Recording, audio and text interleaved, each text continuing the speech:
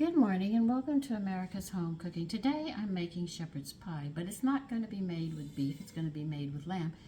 They recommend using leftover veal, or is it lamb? Wait a minute. Lamb roast. I don't have a lamb roast, but I bought ground lamb and I'm going to use it, so I'm going to be changing the recipe. Now this is going to be a twist on it, what they call a culinary pizzazz to it. In other words, we're going to be adding white wine to it. We're adding stock to it. We're going to have leeks added to it. So we're going to be doing a lot of different things with it. So this is going to be more, if you want to say, if you have shepherd's pie, just an average shepherd pie, we're going to pick up the value as well as the flavor and all to a higher level. And this is when they say it's a culinary pizzazz. This is when they're doing this. All right. So with the white wine, and we're going to have thyme in it and other things. We're also, other than just having the carrots and peas and ground beef added to it, we're going in a totally different direction, okay? So what they want is, this I don't have all of. They want 10 ounces of pearl onions. I have these, and I'm just going to use what I have here because leeks are onions as well, so I'm not going to have to worry. Now what you're going to do is you're going to bring a pot of salted water. I have to get the salt. Salted water to a boil. And what we're going to do is we're going to put these pearl onions, we're not peeling them, we're going to put them in there and we're going to cook them just a little bit, heat them up. Where the water comes, salted water comes to a boil, and then we're going to peel them, which will make it easier for us to peel them. So this is why we're doing it. So you're going to need a bowl with cold water or ice in it to shock them.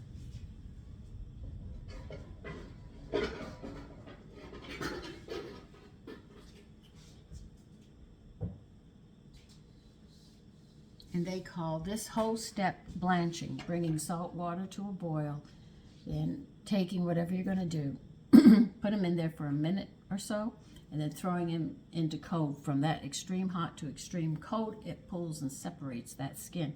You also do it for blanching vegetables when you want to hold that color, like we blanched the green beans, and they held their color in that tomato, mozzarella, green bean salad that we made.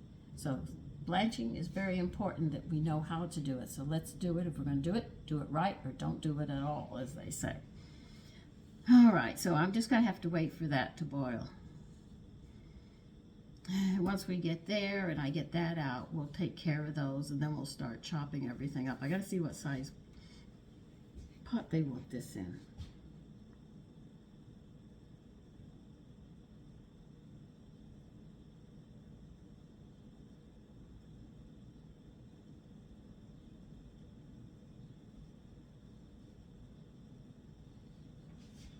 Oh,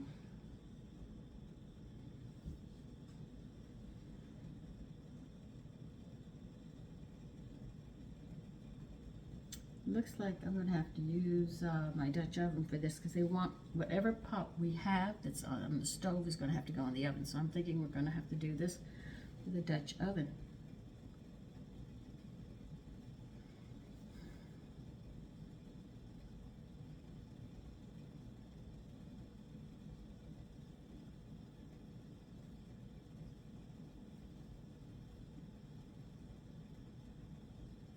That's a roux. Why are you telling me it's a different thing?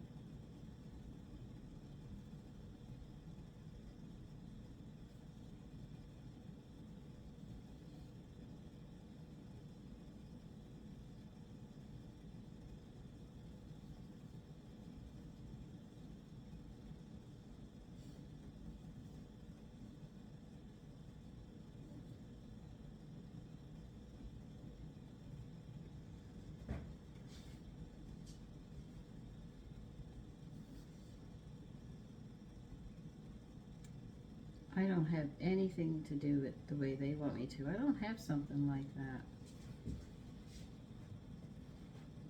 And seeing how they want me to do it, I might have to do it a little different than what they want, because I don't have this pot.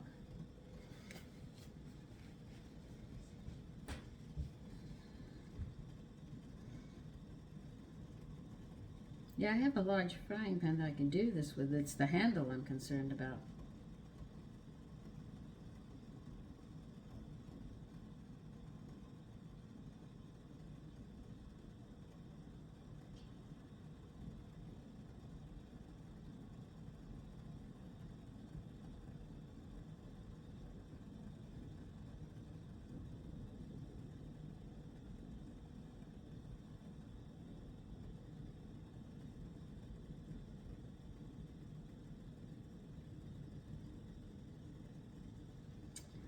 Okay.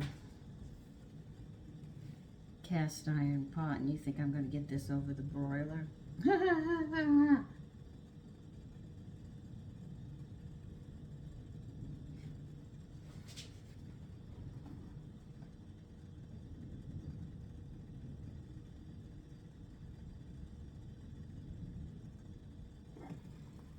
All right, I have my salt water boiling.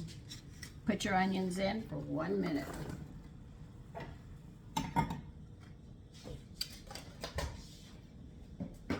I'm just trying to think of the pot that I can put this in. I have stoneware, but they want me to put this under the broil and it will crack. So I'm a bit concerned about that. He said if you have a frying pan that can go into the oven, yeah, I have a frying pan. I might have to use my frying pan.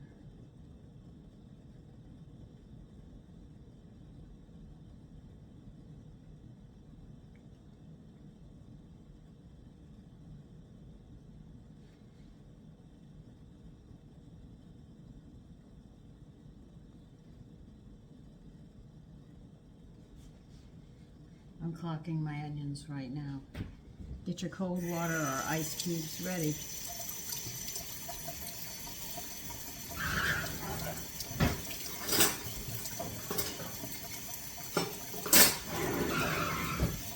That's the big of the pots I have. I don't have all the pots that I want. Now that one, I wonder. Yeah, I might use that pot over there instead of what I'm thinking in my head. This is what I hate, is why I don't have these pots. But these pots, some of them are expensive, and it's difficult. And people sit there and tell me, you know, they're nasty. Some people say some pretty nasty things on this channel.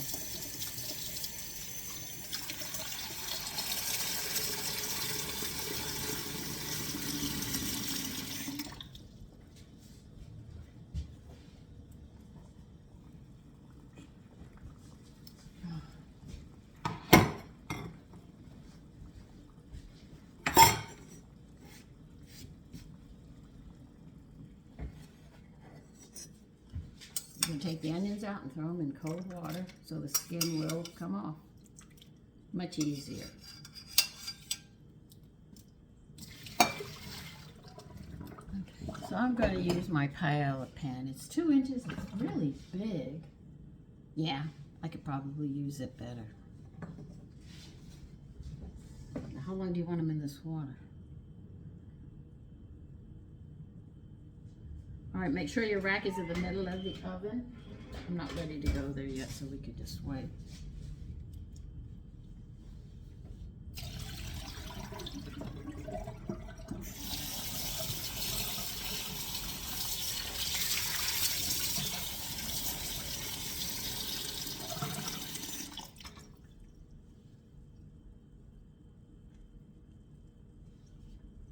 Well, it works. I've never blanched onions before. This is a first for me.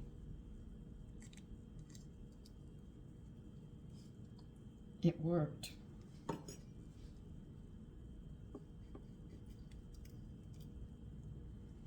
All right, that's one onion.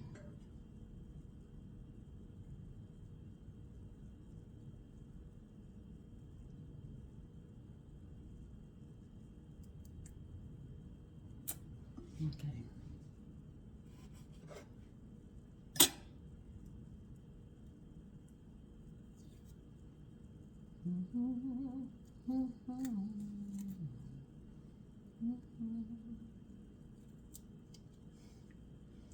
It does come off.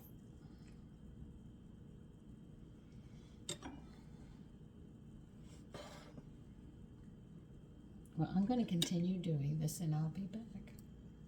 Okay, you put your onions to the side, and now they want you to cut 5 carrots into 1/3 inch. No, 1/3 inches. That's about 1/3.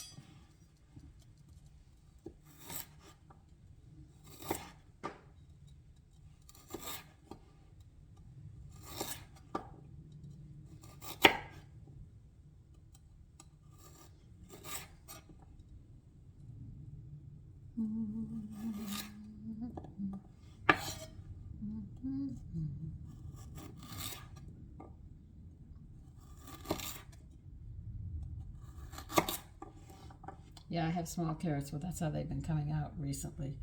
They're not real long, so. You know, when carrots come into season, they're bigger.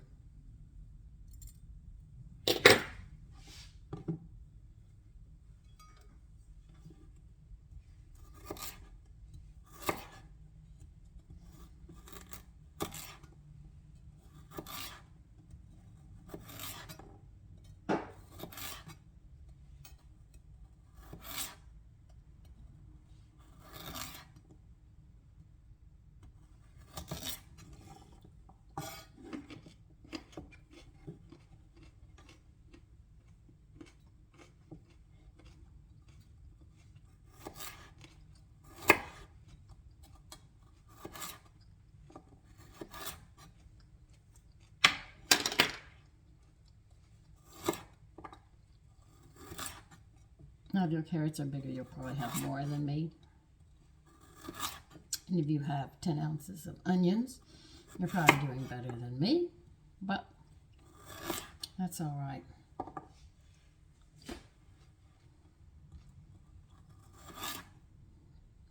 You can always tell when a carrot comes from a good foundation of fertilized ground. They are so sweet. If they're not, the ground isn't that healthy. I should know. My mother grew carrots. Well, I should say Nanu grew. Nanu did the garden. So when you have children, the man hunts. Grandparents help do a garden and stuff just to feed. And my mother used to go around getting free food because it grew wild at the time. You don't have it today because the Agriculture Department and management has taken over the food, and it's very difficult to get prices. I heard that China just canceled their order of pork from our country. Do you know pork prices are going to be down? It's a blessing for us. I mean, don't complain. The farmer will still make his money, and there'll be enough pork that we will be floating in it. So it'll be easier to feed our children. Put your pearl onions with those carrots.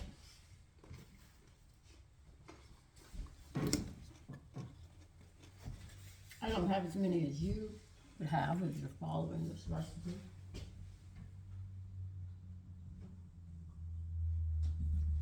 One half big pieces. We need 2 turnips.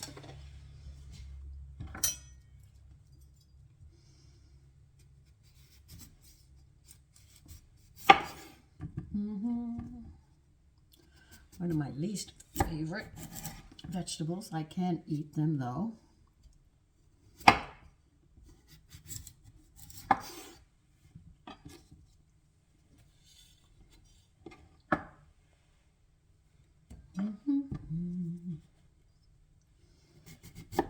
I have some people who love turnips and rutabaga. Oh, you want 2 vegetables I am not overly fond of. Are these 2. I don't know why, I just have a thing against them. We're going to peel them.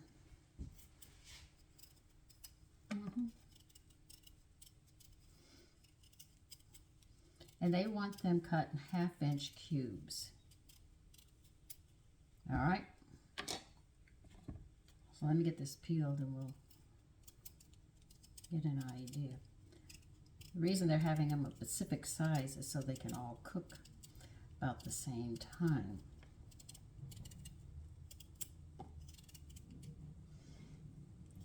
We've got a lot of chopping to do before I even get to the point of cooking this.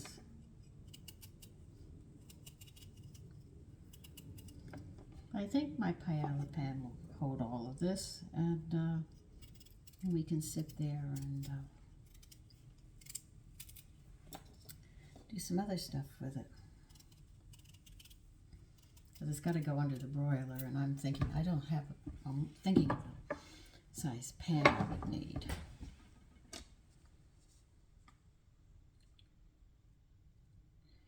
We want 1/2 inch cubes.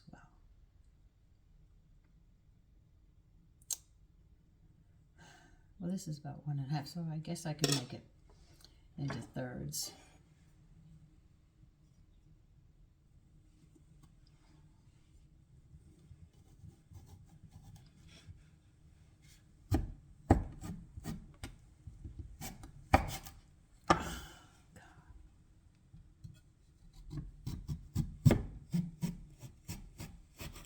They're probably not 1/2 inch, but I'm working on it.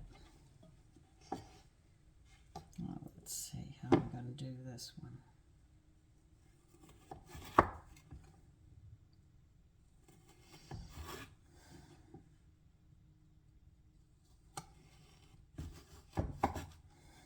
Well, I'm going to tell you right now, they are not going to be the same size. Working on it, but circles just don't make 1/2 inch that well.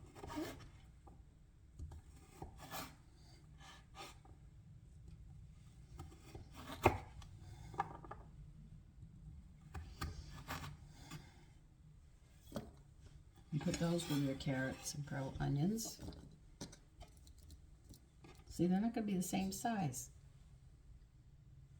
because the end pieces are just that way. You just can't stop it.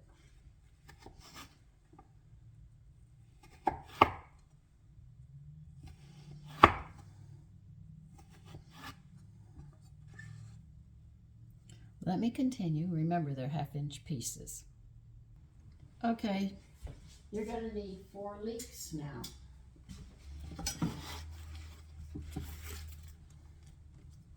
You can cut the bottom off, just like that. Just trim the bottom. As you can see, they're pretty dirty, the root area.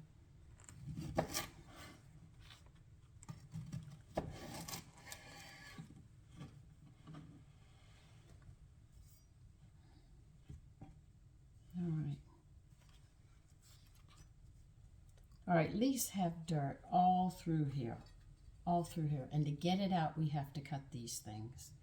All right, so this is how you're going to cut it. You cut up about this high, come straight down.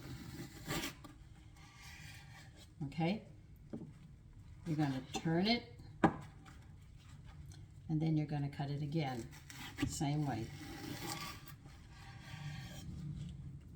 What you've done is open it to get all the dirt out in here, and that's how you do it. Now it's time to rinse this.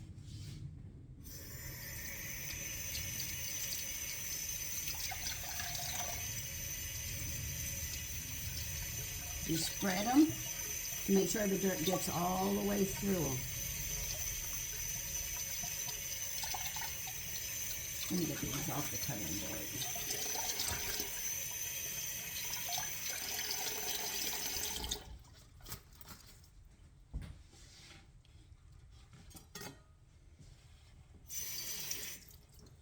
You can cut these about 1/2 inch.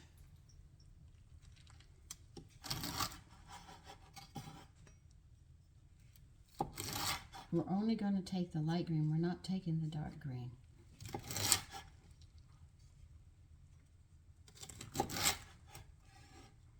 That's it. Put this with your turnips and carrots and everything, and we'll do another one. You don't really want this part because you see how dark it is? That's why you don't want it, because it's very stringy.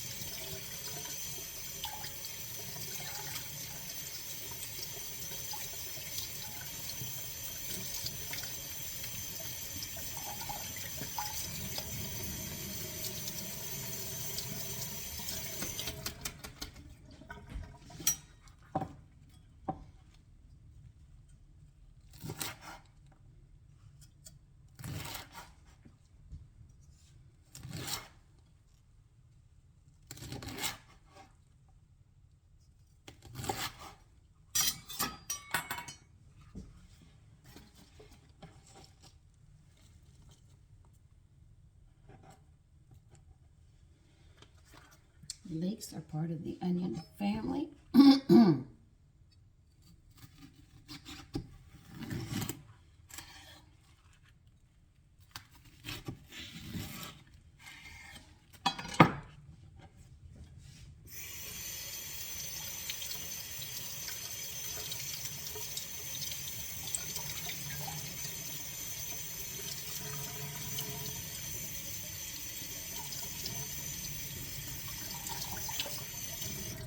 My father didn't like leeks, so my mother never used them. I didn't know about them until I came north.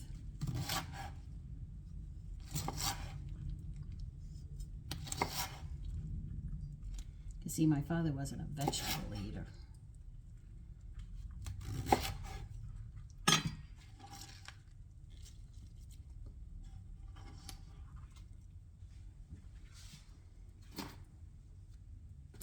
Which made it very hard on my mother.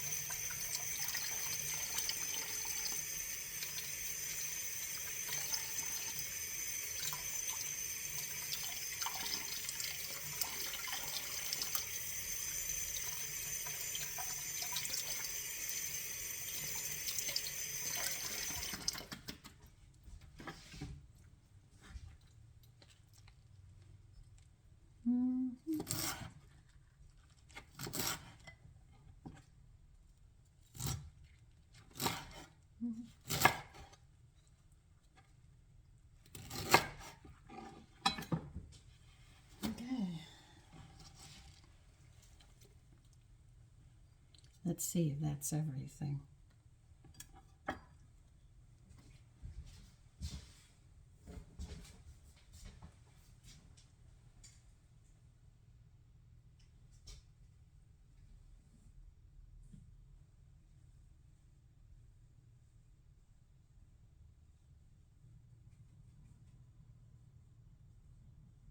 All right, we need 2 tablespoons of chopped garlic.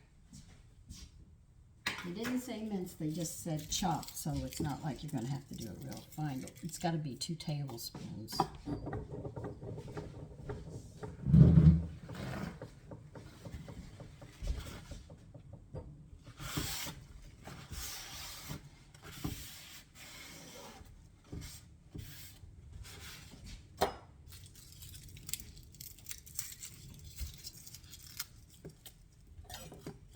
So as you can see, once we get all this chopped, it's a 1, 2, 3, but it's just all the prepping that we have to do. So I will let you go ahead and chop up 2 tablespoons of garlic, and I will be back when I finish mine, and we'll get this going. Okay, we're going to get ready. All right. Now they want you to melt 2 tablespoons in a cast iron pot or a skillet over moderate high heat until foam subsides. Now, if you have 2 pounds of boneless lamb shoulder trimmed and cut into 1-inch pieces, you're going to sprinkle them with a teaspoon of salt and 1/4 of a teaspoon of pepper. Drench them with flour, and you're going to brown them. I have ground meat, the ground lamb instead. I'm using that instead. But and I'm going to go ahead and brown it the same way, except I'm not going to be taking pieces. Once it's all brown, we're going to add a tablespoon of garlic, and we're going to cook it 2 minutes, and then we're going to remove that to a plate. So the 2 tablespoons of, I'm going to put you back here because I'm going to be doing a lot.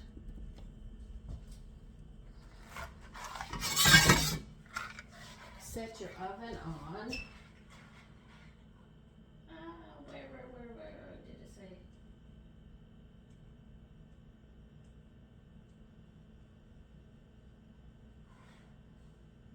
Hold on, I gotta find the temperature.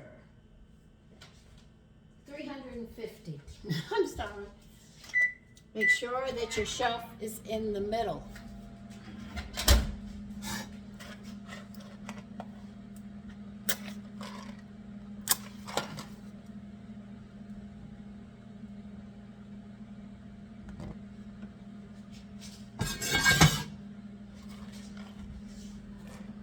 Now they want the heat up to a medium-high. Whatever pot you're going to put it in, it's going to have to go under the broiler. That's why I'm using my paella pan. I figured it's the only one I can use.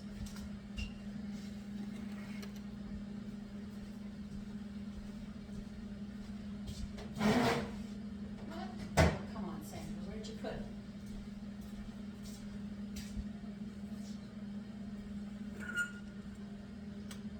That's one. Oh, someone else used it. Okay, that's fair. So we're going to let this melt.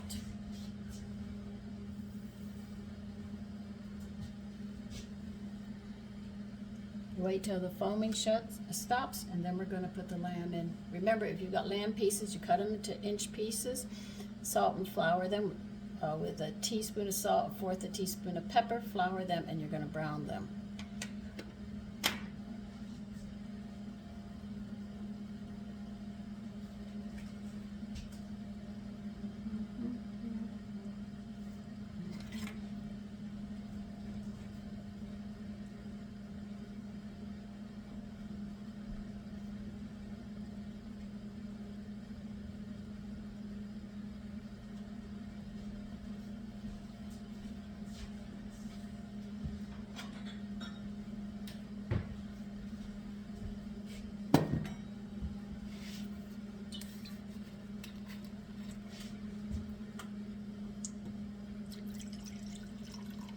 You're going to have a half a cup of dry white wine. I always tell you, you don't have to buy the most expensive, and you don't have to worry about serving this to your children because the alcohol gets cooked out of it. And all what you're going to be left with is the flavor.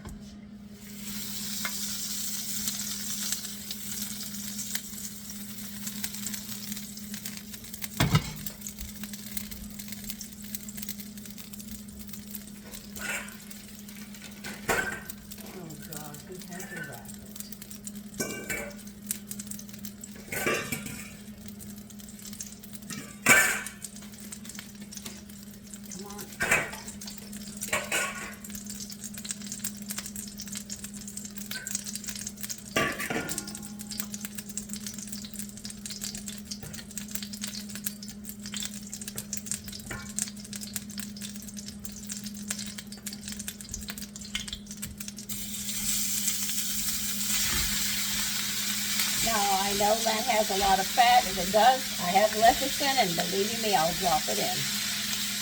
Well, I'll actually measure it out.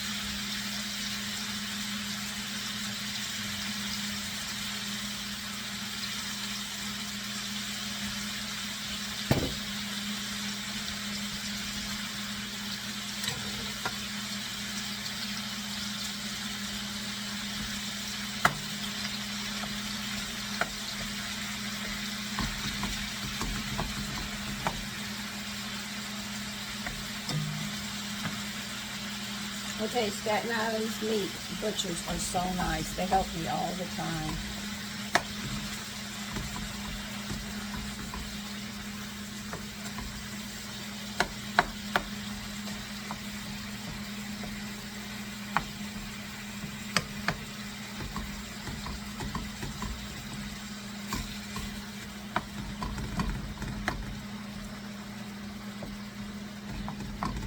See, like I told you, there's a lot of fat in this. So I'm going to get my lecithin and do what I do best. And I will remove this.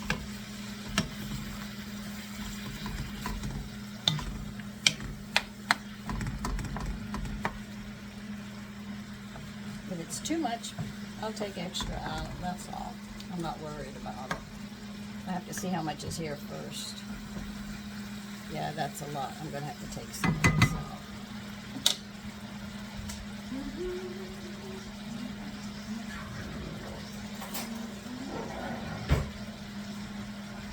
I don't mind doing it. It doesn't bother me. Because I knew it was going to happen.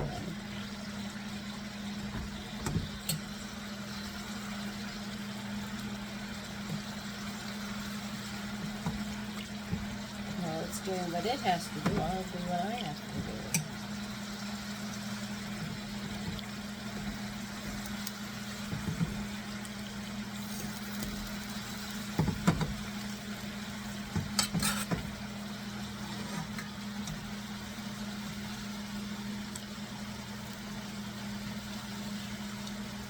That's hot.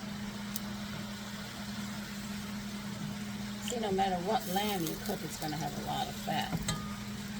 I'm just going to remove a lot of it. Boy, I'd have to use 2 cups of lecithin in this one.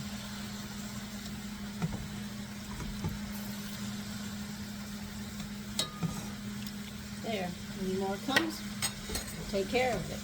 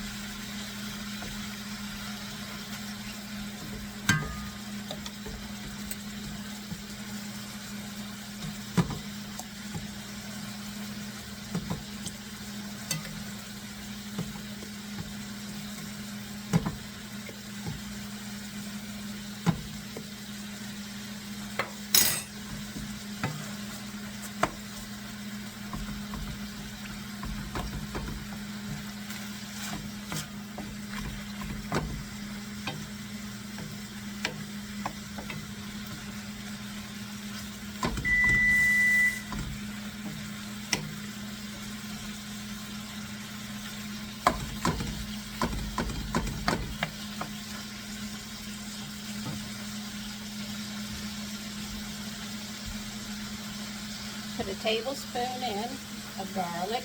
You're not using it all. You're only going to use about half of it. Put the other half back for now.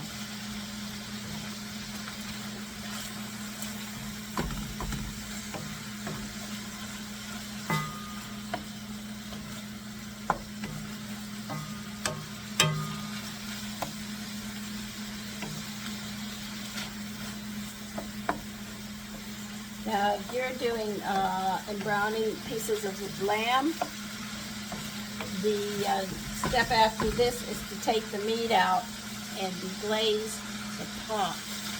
Because I don't have that, I'm going to just sit there and pour the wine in.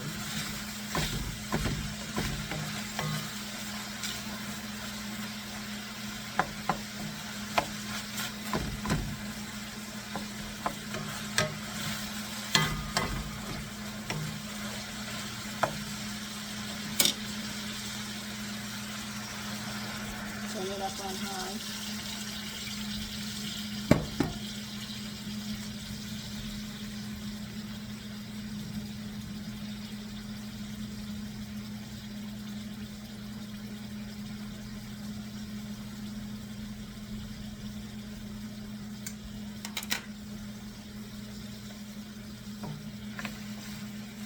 So if you're using the pieces, you take your spoon, wooden spoon around the wine, and you'll notice the bits and pieces are coming up.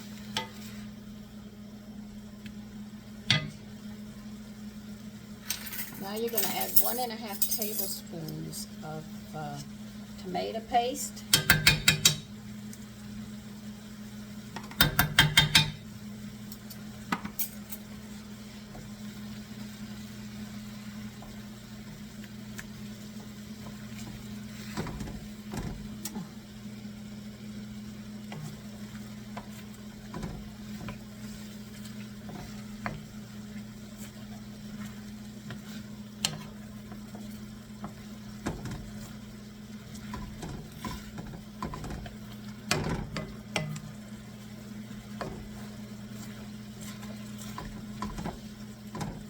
lot of people don't like lamb because it's fatty.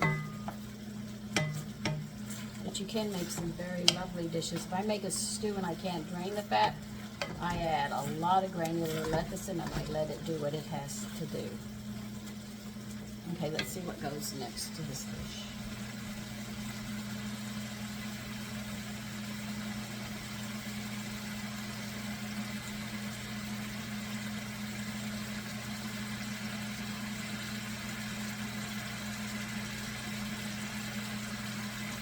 You have to add 1 cup of water and 1 cup of beef stock. But I'm using beef-eater vegetable and bone broth. So I have a combination on mine. Mine has a little bit of this and a little bit of that and a lot of everything. But they recommend beef broth.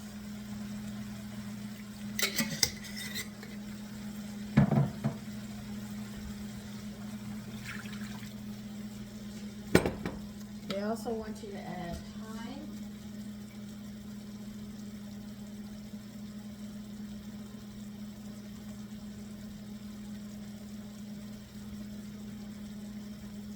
They say 2 teaspoons.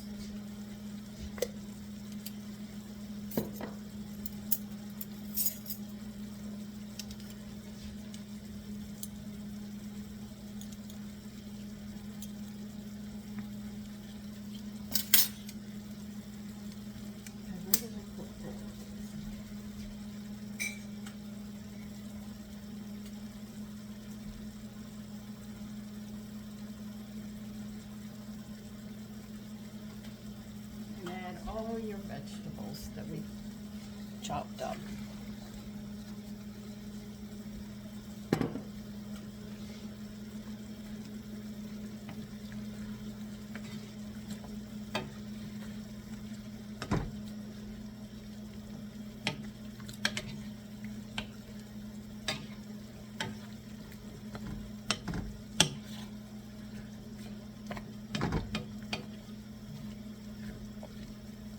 This would be a hearty meal.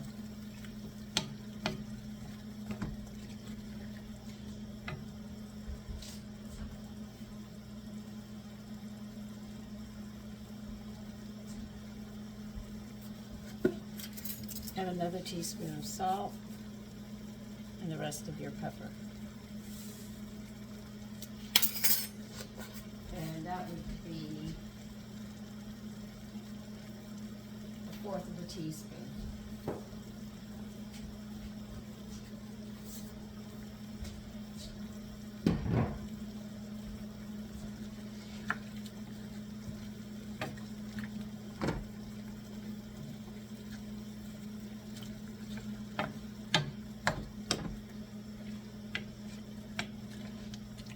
Just mixing everything together now.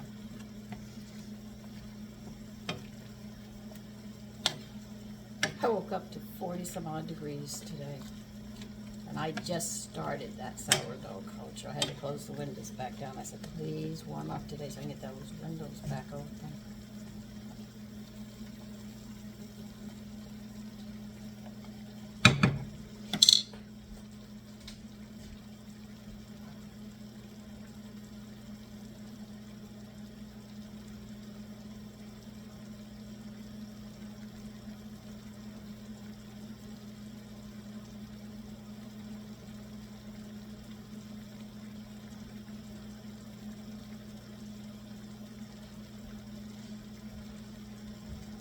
Okay.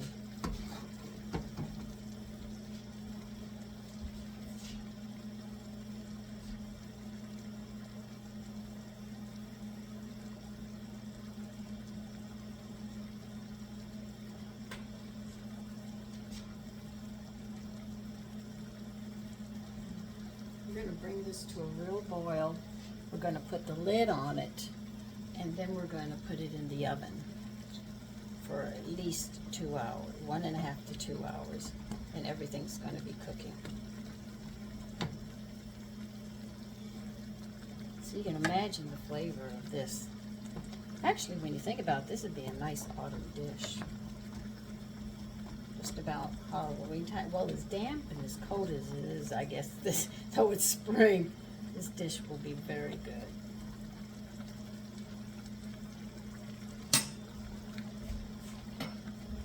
I forgot, add the rest of your garlic.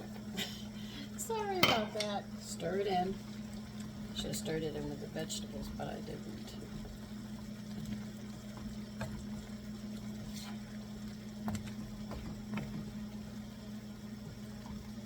See, I have so many bowls there, I had to count.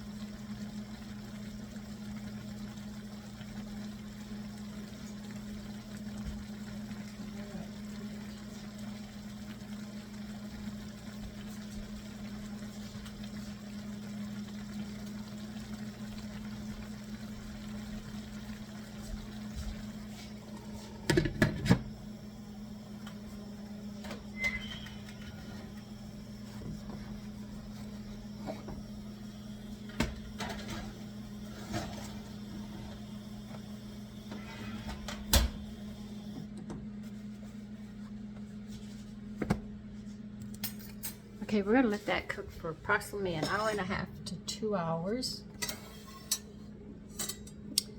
And I will be back then, okay?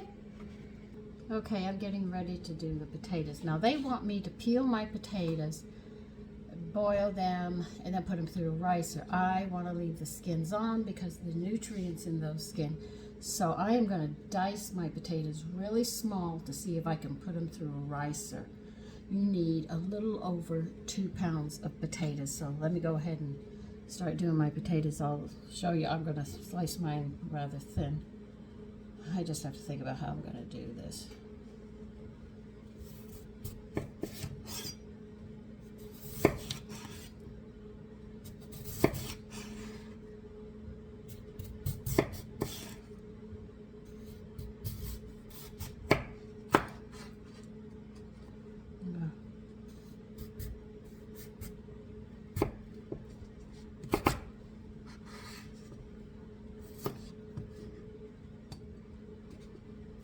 Might have to get another potato.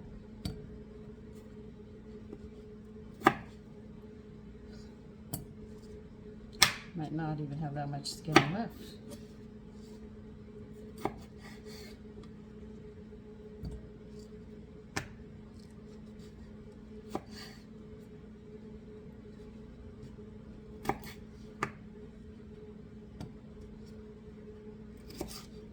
This is what happens before the new season comes in.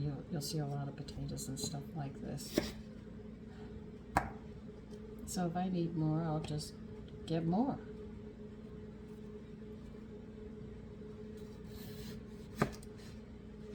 Okay, but that one's all right. So let me get some of these cut.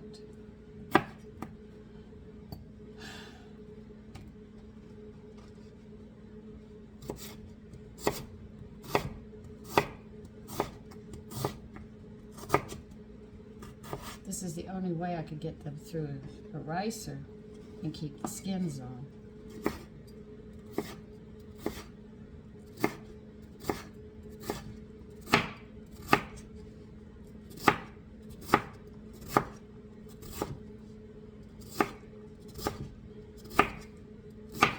See, cooking nutritionally, you have to think of a few things. How can you maneuver around something where you hold on to the nutrition?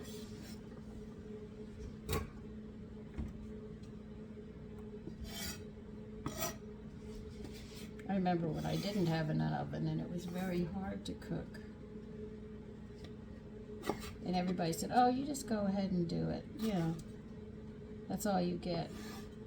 Didn't like landlords. They're like that. They're vicious in the city.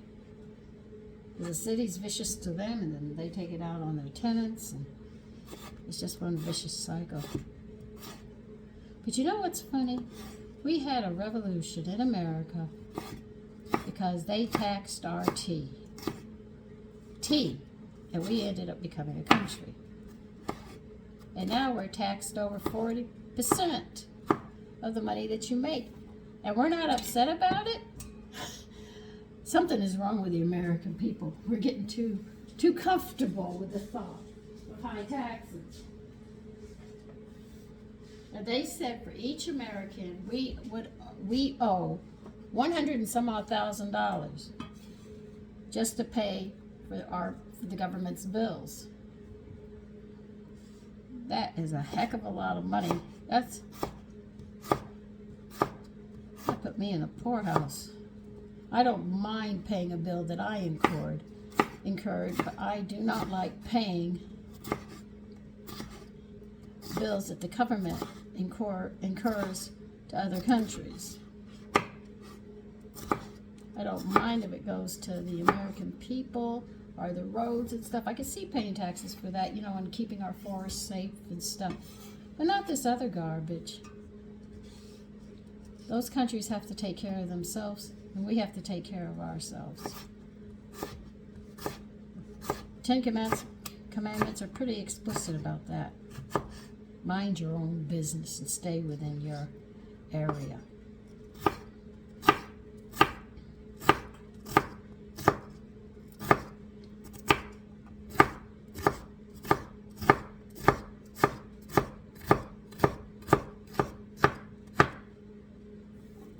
See, if I dice it small, it should be able to get through the holes, and you can keep the skin on the potatoes.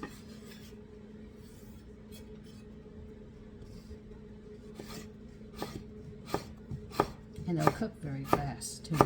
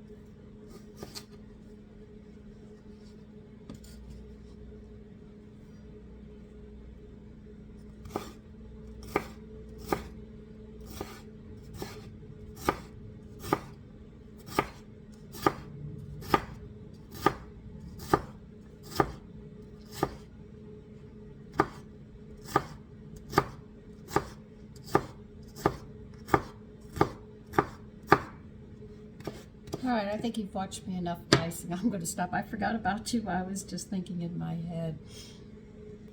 Okay, we have the potatoes cooking, getting them ready. We have something else we have to do.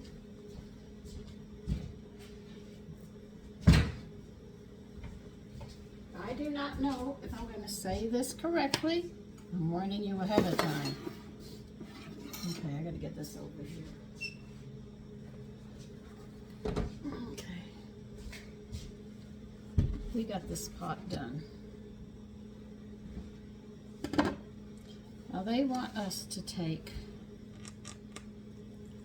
a whole cup of this liquid. Oh God, it's going to fog my glasses up. We need 1 cup of it. That's what I'm going to be doing right now, taking 1 cup of this whole liquid.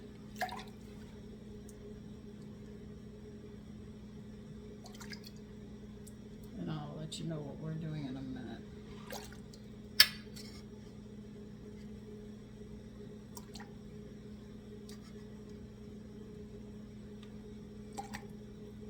So as you can see, this has extra steps in it, but that's why they call it a cuisine. Oh. This is one of their dishes. They took a common dish of leftovers and they did it so much different. Come on now, guys. I need more liquid.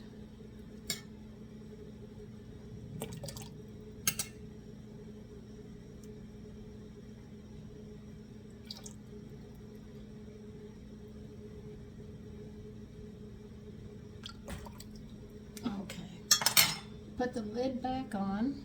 I'm going to sort of be moving things around. Oh, you can turn your oven off. We'll get back to it in a bit. Yes, I'm going to be reading out of my cookbooks. Okay, what we're going to make is a brie mayonnaise. So we need 1½ tablespoons of butter. Let me see if I have my bowl here. I'm going to put 1½ tablespoons of soft butter here. I'm going to put my knife. Sure it's 1½? Yeah, 1½. Okay.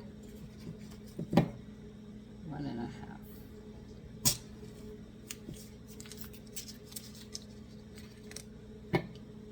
With that, we are going to add 2 tablespoons of flour. I need this for the potatoes, sorry. Measuring spoons. I'll get another set.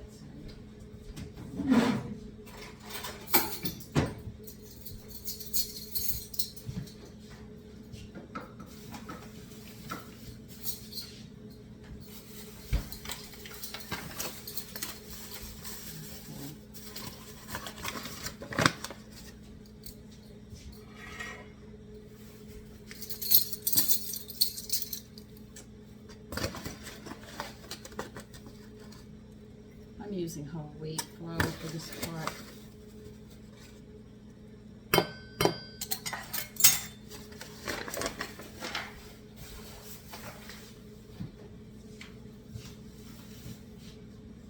Okay, now, what do you want me to do?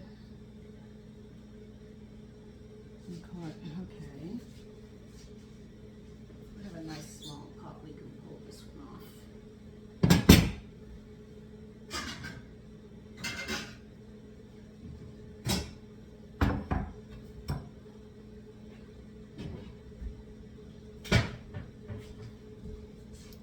What you're going to do this is we're going to mix this together. They want you to form a paste with the butter and the flour, all right? So we're going to be working this in to make a paste. It's going to take a bit of time.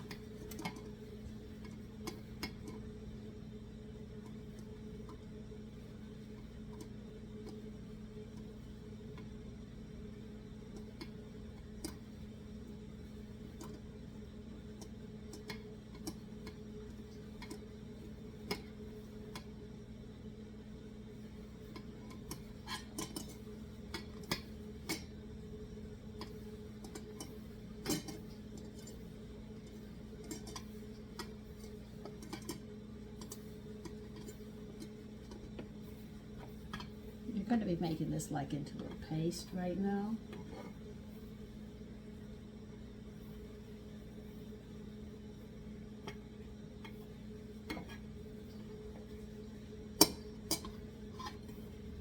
See how it's starting to look? That's how they want it to look. You just keep on until you get it. Make sure you mix that butter with all the flour. It's going to be very important.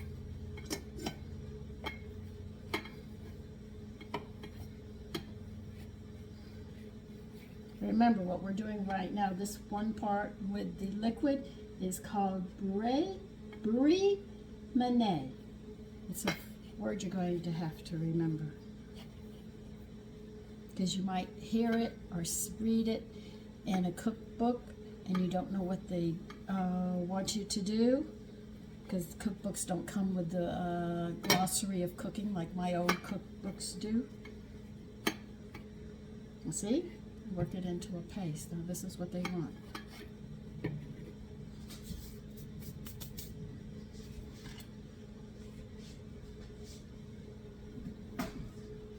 Let me get my stove on over here, and I will bring you over here. Or at least try to get you over here.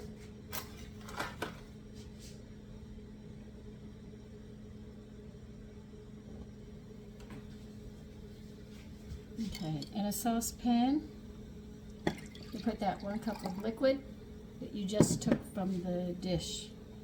And don't worry, I'm going to bring you over to the other side. And pray that my phone is fully charged and you're not going to get uncharged. I'll put you in my alcove here. See my tiny little counter I work in? And you sit there and ask so much from me. Okay, we have to bring this to a boil.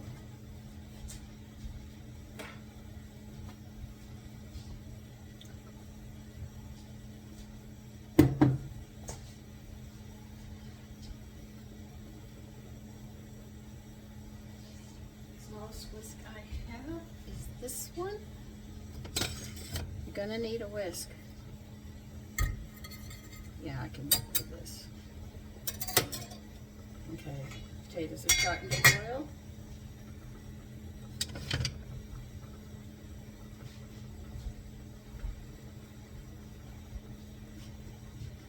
I know, I take my time.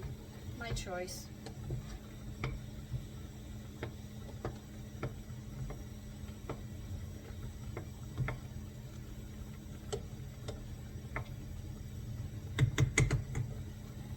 Gonna boil over. I'm not putting a lid on it. I know better.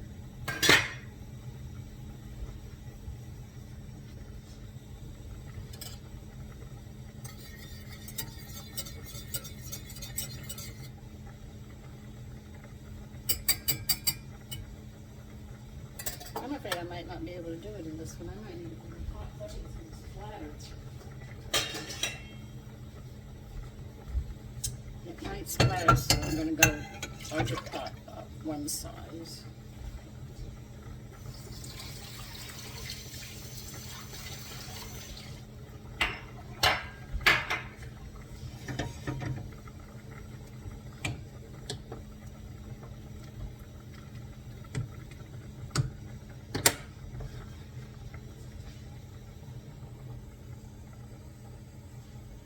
So this is actually 3 things we're doing. Yesterday you learned about spatchcock, and today you're learning this. I actually look at it as a backwards way of making a gravy, but that's me.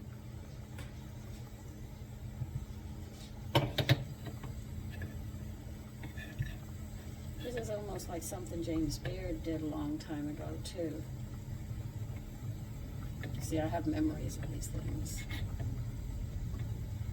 Come on, you're just about ready to boil.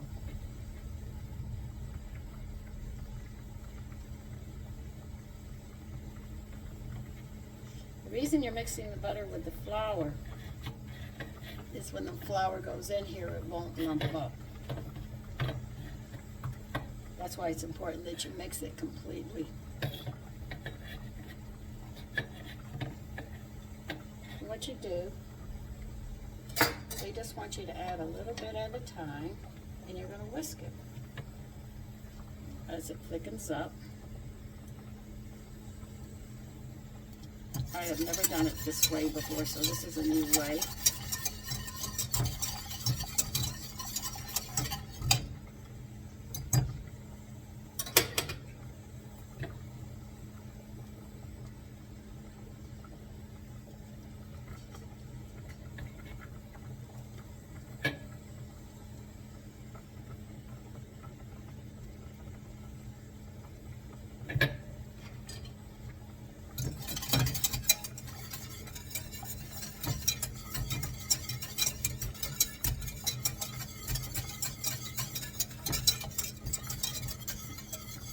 And as you see, it's coming out. In spite of doing it what I would call backwards.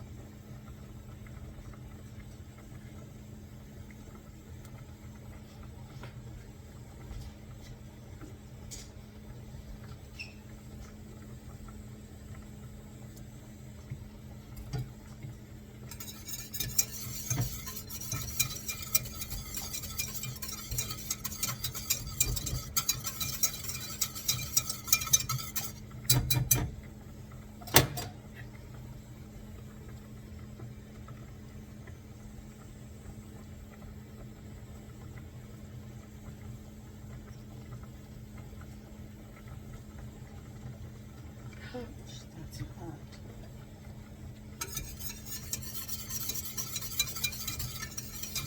That's why I said not to use a spoon, to use a whisk to make sure that you do this right.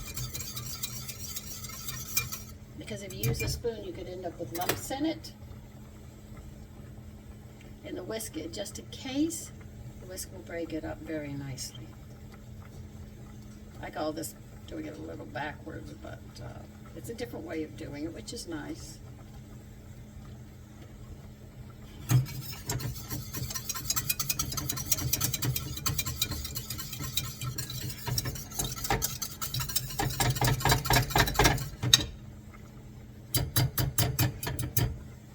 I think they want me to stir this back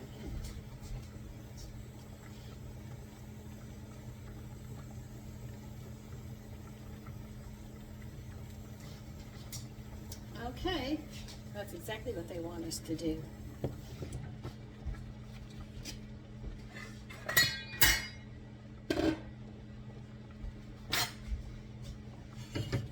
Okay, you're gonna have to see this long distance, I think.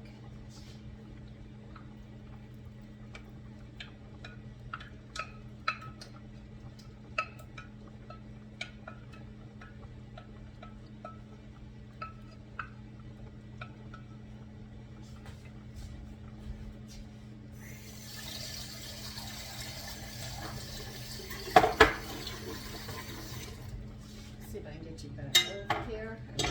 See this.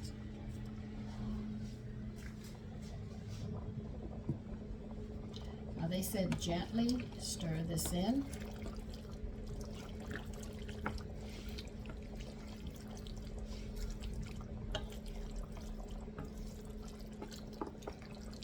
So you don't want to really tear the potatoes and everything up. You want them, turnips and stuff, you want them to hold together. So if you stir hard, you'll end up breaking the pieces, and that's not what you want to do.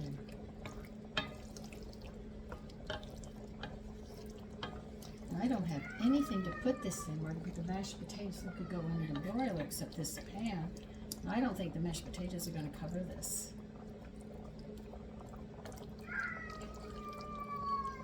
Did you eat all your food, Taffy?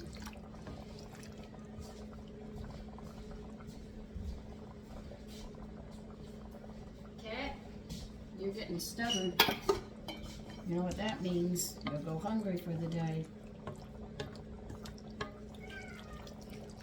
Okay. Now we're going to put the lid on this. Move it to the side again. Where can I put it?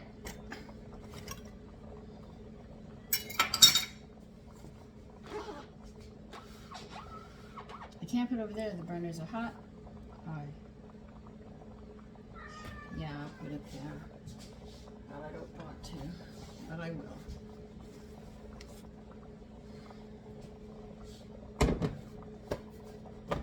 We have these potatoes we're going to be taking care of in a bit.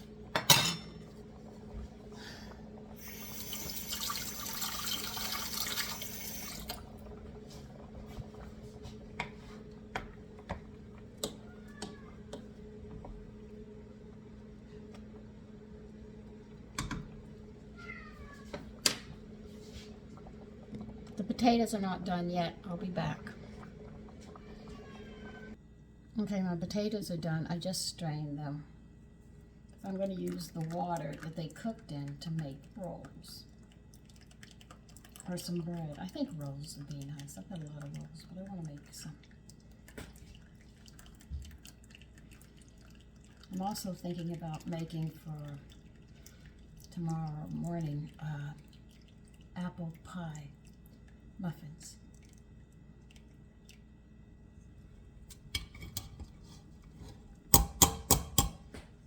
Muffins are so great. Children can have a glass of milk, and that that will hold until you get dinner.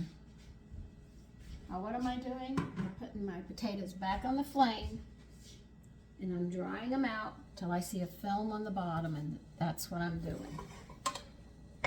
You stir them around and let the pot sit there and dry the moisture up on these potatoes, so when you mash them, they're drier.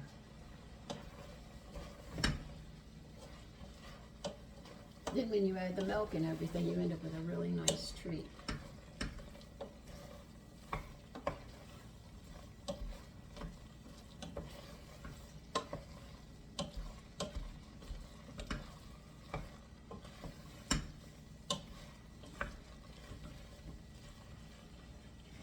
And it's so nice when you do it, potatoes this way.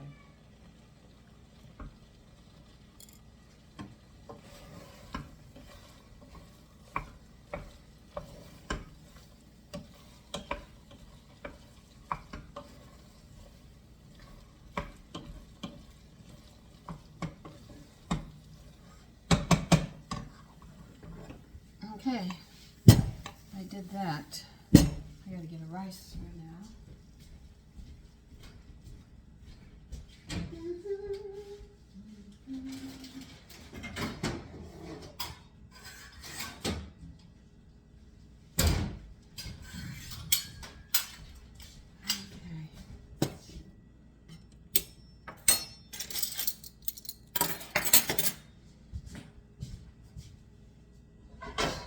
I have to be honest with you. I don't know if leaving the skins on the way I did is going to work for this, but we'll find out. You see the potatoes are practically already mashed.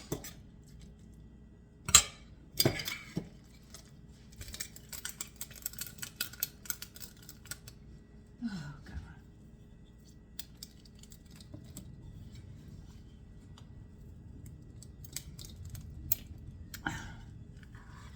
Well, that's not going to work. Well, I told you I was going to find out one way or another. I'm just going to mash them. I can do that. I've done that 100 times in my life.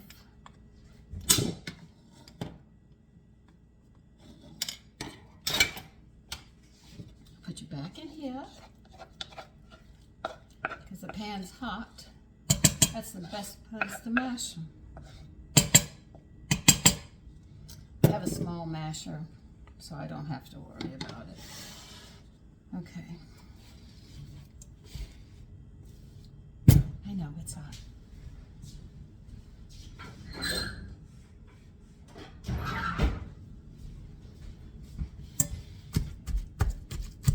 I have a big one because I diced these small. I know it will not smash all these little pieces.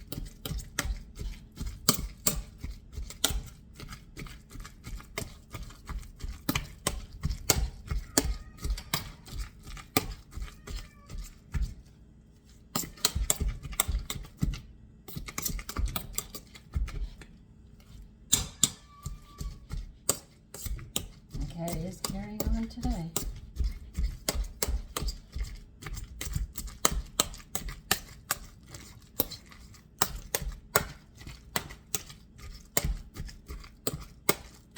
Oh, potatoes aren't going to fit over this. Okay. How much butter do you want in this? 3 tablespoons. We're using a little stick of butter.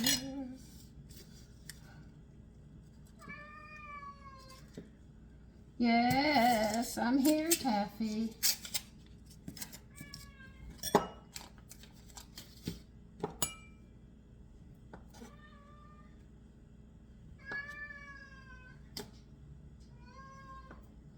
my cat. Oh, he's just dying. You're dying, aren't you?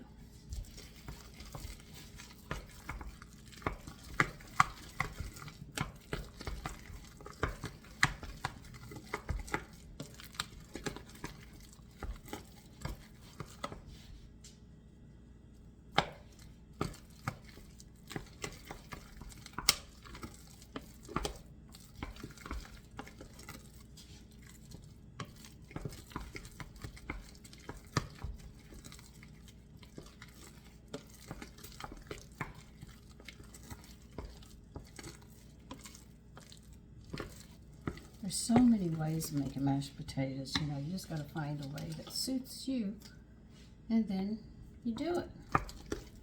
I like stirring the butter in like this. Some people like to take the heavy cream and milk and stuff and heat it up, which we're going to do today before we put them into the potatoes. Oh, my arm is tired.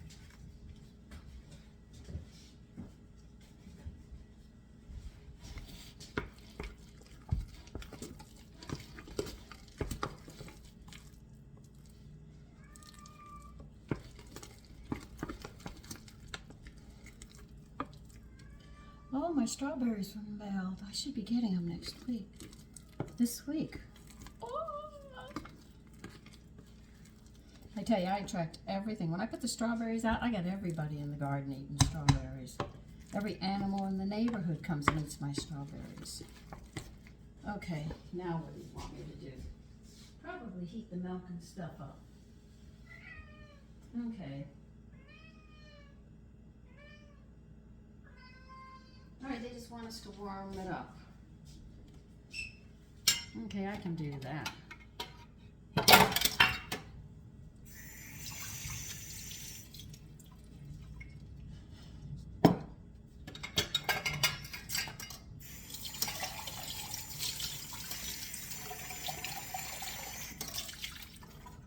It's all going into the same place, so I don't care about that.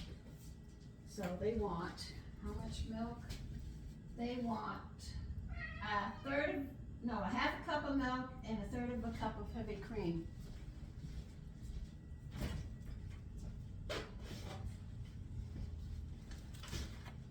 All right, so half a cup of milk.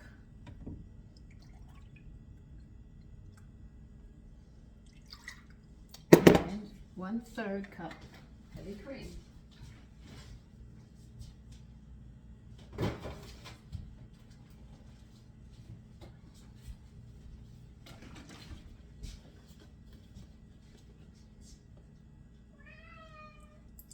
No.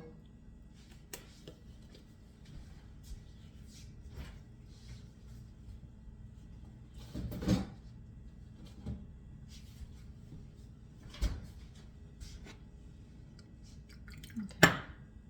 I'm just going to take the chill off of this, heat it up. Now, if you didn't want to stir your butter in, you can put it into the heavy cream and melt it that way if you wish. There's different ways of doing it, just according to which way you want to do it.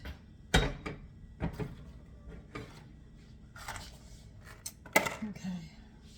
We're going to need black pepper. They say 1/4 of a cup they want in these potatoes. Okay.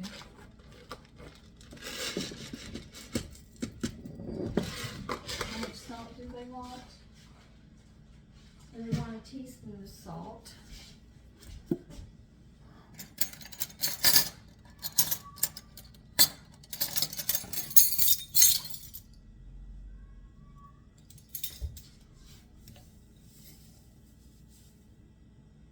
You know what? I'm going to put it, mash it all together. Go ahead. Peppercorn's still going to get crushed. Cream is still going to get hot.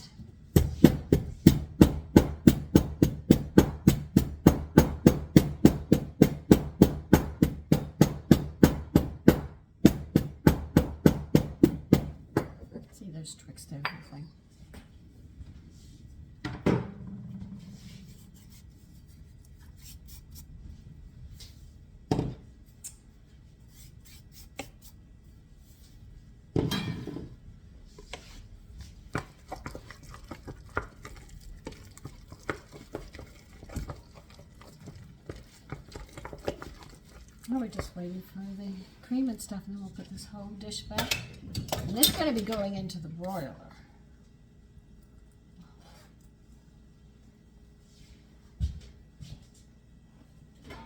Let's broil over heavy cream. I'll be so glad we do that.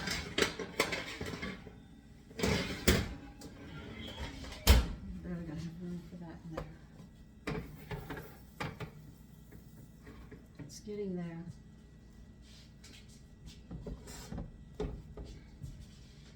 It should fit. I hope it fits. That's what I'm hoping for right now. That it's going to fit in the broiler. It's almost hot. Do I have to preheat this boiler? Heavy cream.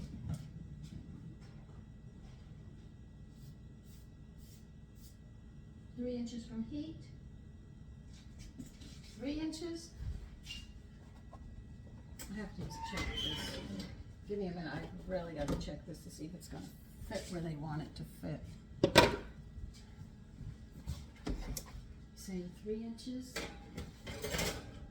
Yeah, that's just right.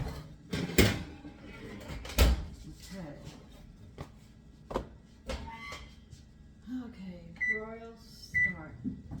Remember, when you're using the broiler, you have to leave that door cracked. Okay. Now you're going to stir in the hot milk and heavy cream. And if you put the butter in it, the butter will be melted as well.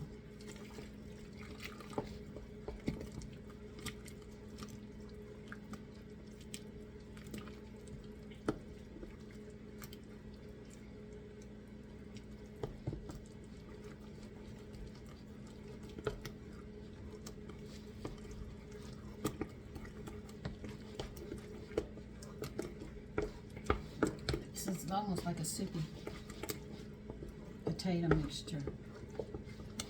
See what I mean? It's really soupy.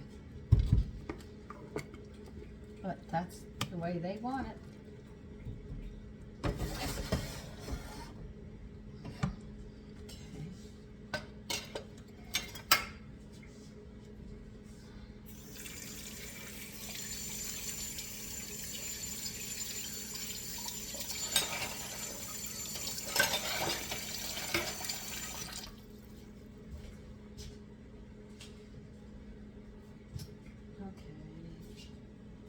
Flatten this out.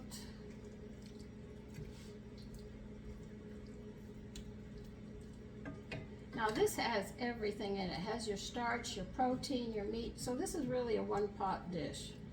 I mean, it's like a stew. So you really don't have to worry about doing a lot to it. I just don't like how soupy my potatoes are. But that's how they want them. And I said, okay, I can do it.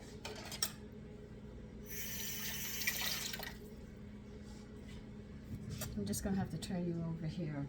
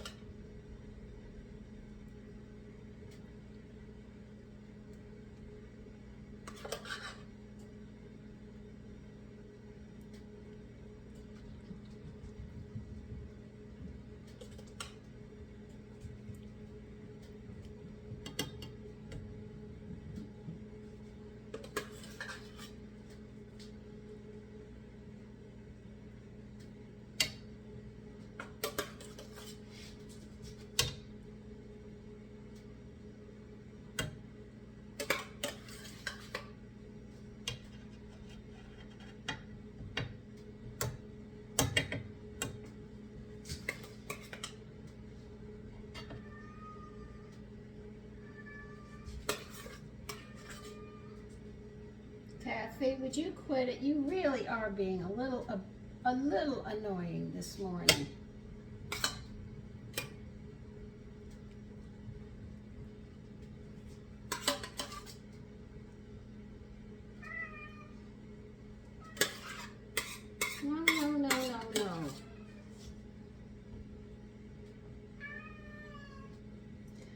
least if nothing else, it's going to be warm in the kitchen with the broiler going. It was really cold this morning.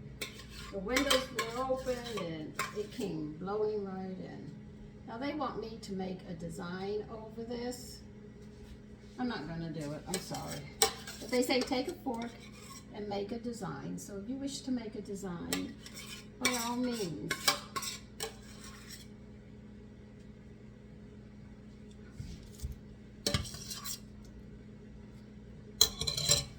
Like all of you, we always taste our food.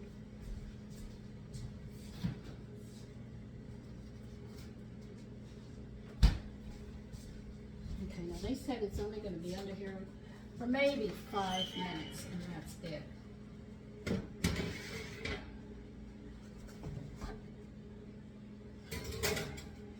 Please fit, or I'm going to have to drop you down one. Okay. Now remember, like I tell you, you have to leave this oven open. So it's going to probably take longer. They probably close theirs, but I know it's not safe to do it. It was a safety mechanism we were taught in home ec. I don't know if they teach it anymore. I had a girlfriend tell me the only thing they taught in homemaking was candy making. And I said, why is that important?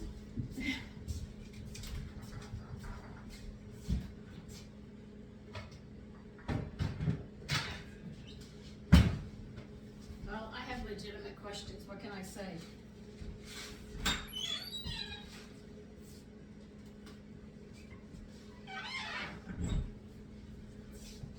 So you learned something new today. And those are French words, at least they haven't changed those. It's not a way that I use very often, so I usually have to look things up. Like I said, there are some terminologies in cooking that are not my everyday ones. So when I go to have them, I constantly have to look them up because they're just not something I use that often. I think in all the time I've cooked, I've only used doing that procedure twice. So that tells you it's not one that's one of my common ones that I use. But you should know it just in case you do see it in a recipe. You want to be able to understand what they want you to do. And that's the whole thing of teaching you these things. But I just have to find recipes with these different things. But you need to learn a lot of those basics as well.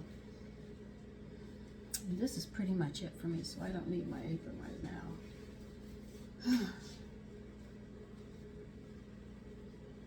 What I need to do is stay warm.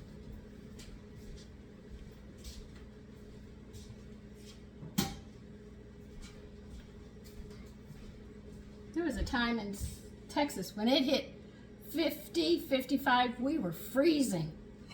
After being up here and being below zero, I know what cold is down. Now, I'm not asking God to send me up to Alaska, because what we call 40s and 50s is warm for them up there. I would be packed in clothes this big. I mean, I just look like a big snowball up there. But I think this is cold enough for me. Now, if you have a big pot like me, you might have to rotate this. Oh yeah, it's browning.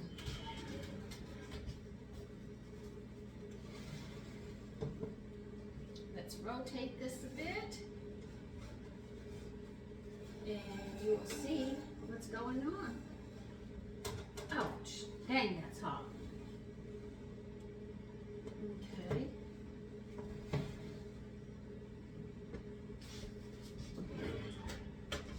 Another couple of minutes and I'll show you what it looks like, which is different from what you know as shepherd's pie.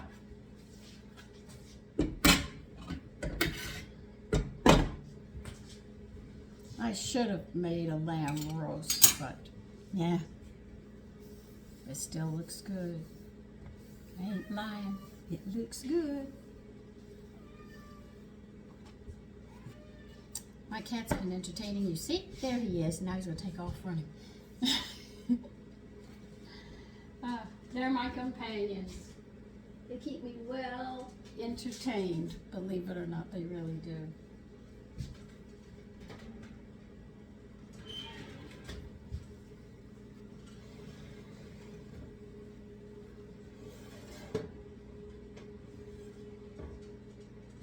Let's see if I can turn it this way. got to get this brown here. I'm trying to get one section brown like the rest of it. If I can't do it, you're just going to have to deal with it the way it is. I got one little patch I just want to get some color to, and then I'll bring it here and you can see it. Oh, after this video you will see the answer to the game. And only 3 of you played, but yet over 200 of you saw it. I don't know why you didn't want to take and play the game. Games are fun.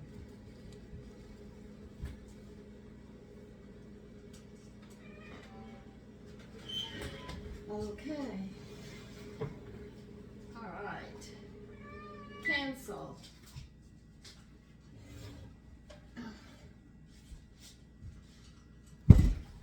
There's one little part I can't get it brown. That's okay.